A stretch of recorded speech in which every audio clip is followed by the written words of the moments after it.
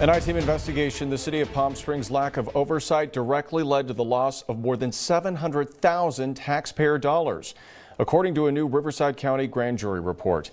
The report offers a new perspective on the fallout of a city-funded guaranteed income pilot program run by the disgraced nonprofit QueerWorks.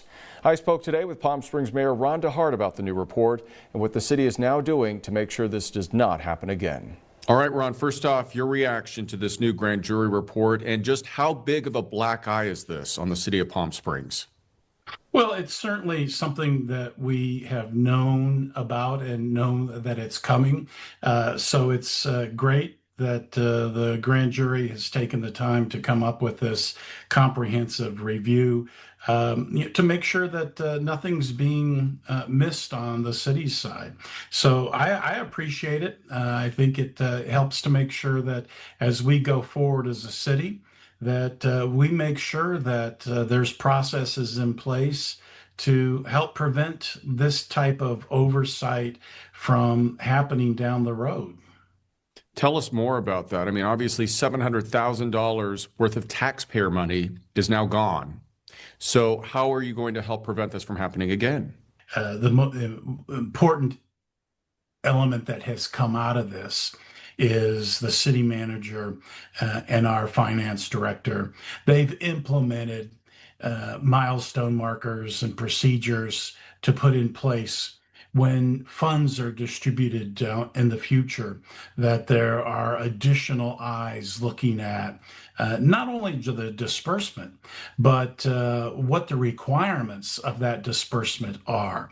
And I think those were a couple elements that really weren't being monitored with this basic income program with QueerWorks. Now those are in place. And now as we go forward,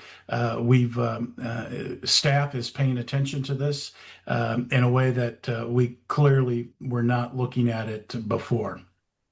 Should individual council members or DAP Health, that was also tasked with oversight, be held responsible? Well, at the time, the entire city council voted on this, and there's a record of who voted yes and who voted no. So I think it's a council action.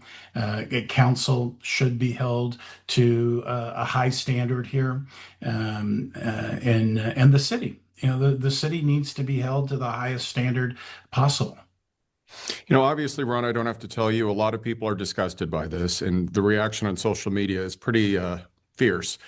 What do you want to tell taxpayers in Palm Springs about what took place and whether or not they should essentially trust the city council in the future with their money? Well, I think we have to continue being the watchdogs that our community is. And hold city council, hold our city manager. We all have to be held accountable. And when actions like this come forward, you've seen, even as in my term as council, a request to ask for specific requirements and guidelines to go with funds that are being approved, clawback mechanisms in place if the deliverables aren't being delivered. That's what we need to continue to ask of our council members, is that when funds are approved for whatever the program may be, whether it's a nonprofit social service program or it's a infrastructure improvement program within the city, we need to have those measures in place to hold that user accountable, and that's our responsibility. Are you hopeful this type of situation won't happen again? Well, I've got one more year on council, so I will be pretty sure that it's not going to happen in the next 12 and a half months. All right, Ron, we appreciate your time. Thanks so much for joining us. Yeah, Peter, thank you.